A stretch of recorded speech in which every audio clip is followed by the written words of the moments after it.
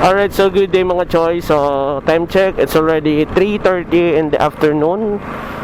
So papunta tayo ngayon ng barangay Santa Eulalia, Baaw, kasi pupuntan natin yung matagal nang nagme-message sa atin na nagbabakasakali na mabigyan daw yung anak niya ng school supplies at yung mga pamangkin niya.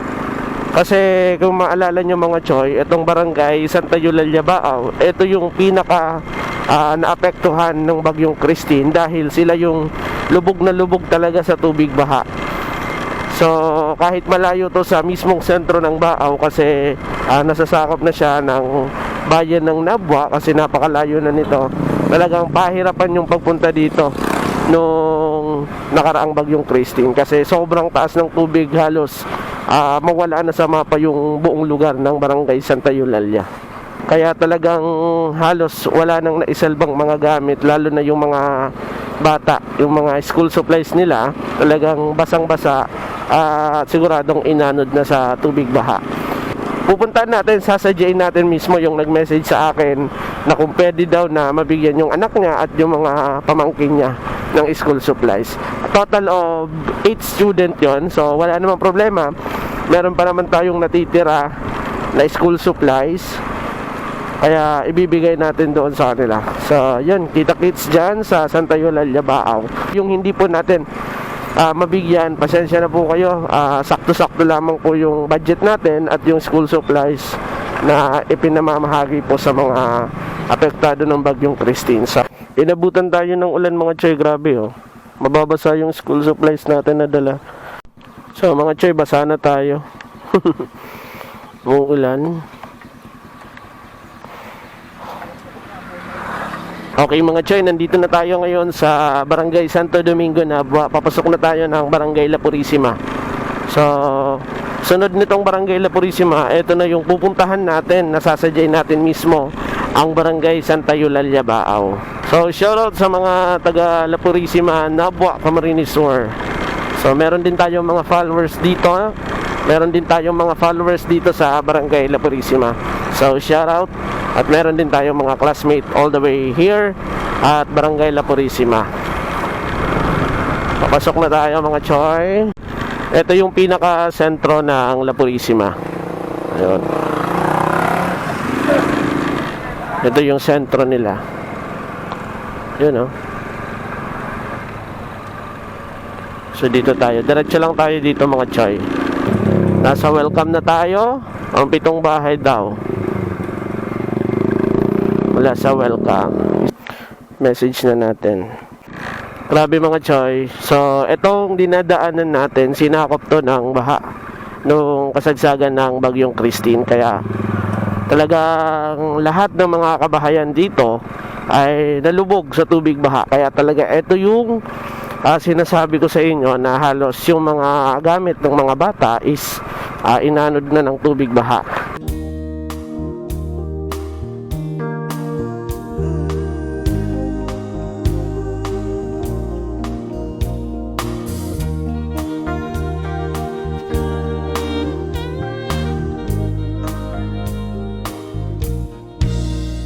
Know your eyes in the morning sun. I feel you touch me in the pouring rain. In the moment that you wander far from me, I wanna feel you in my arms again. Then you come to me on a summer breeze, keep me warm in your love, then a soft living. You need to show how deep is your love. Your love, how deep is your love? I really need to learn, 'cause we're living in a world of fools, breaking us down. Pilitin man natin na mabigyan sila lahat, pero hindi talaga kaya natin sa sobrang dami ng mga apektado. Pati din po kami, apektado din kami noong bagyong Christine.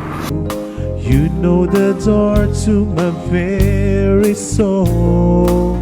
You're the light in my deepest, darkest hour. You're my savior when I fall.